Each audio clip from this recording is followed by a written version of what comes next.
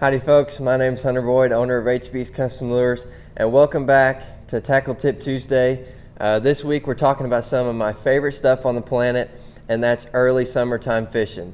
Just a little disclaimer, this video here is going to be all about lake fishing, so for you pond guys that are out there watching, I'm sorry, this one's not for you. A lot of these baits are just way too big to be fished in a pond, and a lot of deep water talk today. So I've got this kind of broken up into a few categories. I'm just going to kind of go through what a typical day would look like for me on the water.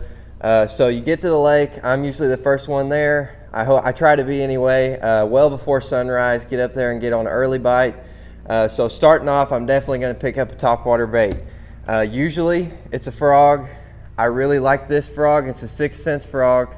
This thing is a Cadillac. It's about $9, but it's probably the best frog I've ever had. So that's my frog. For other times when I just want to fish something a little bit different, this is a river to sea whopper plopper. It's a little white. It's got a blade on the back that spins just like that, throws water kind of like a buzz bait. And then this is a Strike King, just a little walking bait, shad imitating bait. You'll notice a lot of the things that I talk about today are shad imitators, and that's because post-spawn, the bass are moving out of the creeks, they're getting on the main lake stuff, they're chasing the shad schools, they're schooling up in their own schools and chasing shad. They're thin from the spawn, they're beat up, they're trying to feed up and get healthy again. So early summer, water's getting warmer, 75, 80, that's definitely the time that you're going to catch a lot of fish. So we've made it through the topwater bite, the sun's getting high. It's starting to warm up, but it's not hot yet. I'm going to pick up a chatterbait. Okay, those fish are done biting topwater. I'm going to fish this around in the grass because when the sun gets up, those fish will suck back in. They'll stop roaming. They'll suck into the structure, and that chatterbait's a good way to catch them. So fish that for an hour or two. It's starting to get hot. I got to take my sweatshirt off. We're going deep. So I'm going to find a main lake point. Okay, that's very important. A lot of the times in the early summer, right now and in the coming weeks, you'll find a lot of bass on the main lake points. So to start off, we'll go this way. To start off, you go to the main lake point, I'm going to try and catch the most aggressive fish first. And the best way to do that, I've found, is a big crankbait. So this one's a Strike King 6XD. I got 3 of them here. Strike King 6XD, those go about 20 feet. They got a really loud rattle in them. If you want to go a little bit deeper, this is a Berkeley Dredger. It's a 20.5. It goes like 22 max, I think. It's got a little bit different sound in it. And then this is the king of all of them. This thing's giant. That is a 6-cent Cloud9 C25. That goes 25 feet deep. This thing is like 5 inches long. It's an ounce and I think 1.9 ounces, almost 2 ounces. Thing's huge, and it's silent. So I haven't actually had the chance to use this thing yet. I just got it in last week, so we're going to see how it goes. Maybe next week, get this thing out and throw it around. And then the last one I use is a Strike King 5XD. This is for a little bit shallower water, up into the 15 feet range. And you'll notice all these are kind of a little bit wilder colors, really bright blue, green, yellow. I like that a lot in the early summer just because those fish are they're really active, they're hungry, and it doesn't really matter what you throw at them, what color it is, as long as it's loud and it causes a scene, they're going to come and check it out. So we've caught the most active fish.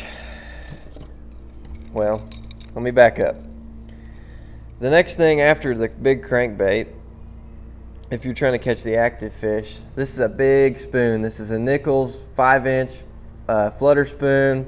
It's got some feathers on the hook there. It's just a big chrome spoon, and I'll rip that thing around after I throw a crankbait just to see if there's any fish that want something like falling, fluttering, because the spoon will flutter kind of like this through the water, and then I'll rip it back up and let it fall. So we've caught the most active fish. Now I'm going to switch over to the last thing on my list here. These are some underspins, just a little swim bait. This one here is a 1/2 ounce, and this one's 3/8. You'll notice this one's a little bit bigger, and then this one's smaller. I'll throw the big one first just to make sure there's nothing really active, and then I'll switch to the small one. Most of the time, I'll catch most of my fish on the small one, just because it's a little smaller presentation. Those fish have seen those big baits that I've brought through there. They didn't want them, and they like that small presentation, just a little snack they don't have to work very hard for. So I'll fish those most of the day, and if it really comes down to it, they're not biting anything that I've showed you guys here, I will pick up a worm or a jig and really slow down just to pick off those last few fish that are in that spot. But after that, you've pretty much cleared them out. If there's any fish left, they don't want to bite. Early summer, 75, 80, 85 degrees.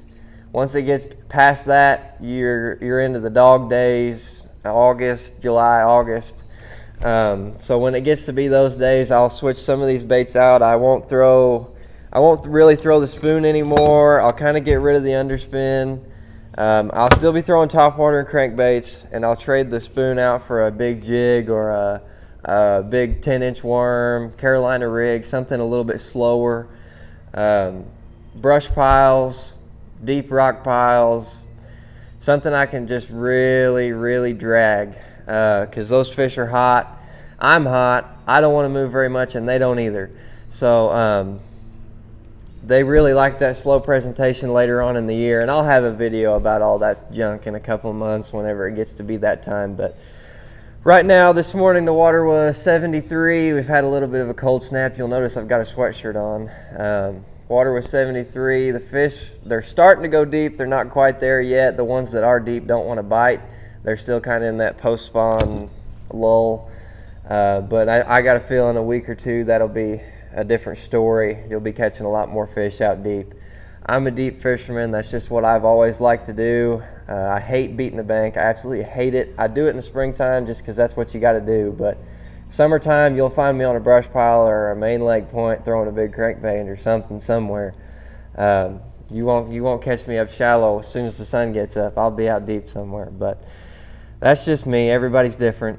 So hopefully in the coming weeks, those fish will get out there and get active, and I can get at them, and hopefully we'll have some more videos for you guys coming. That'd be pretty sweet. So thank you guys for watching. That's all I've got for this week, and I'll see y'all next week. Thanks.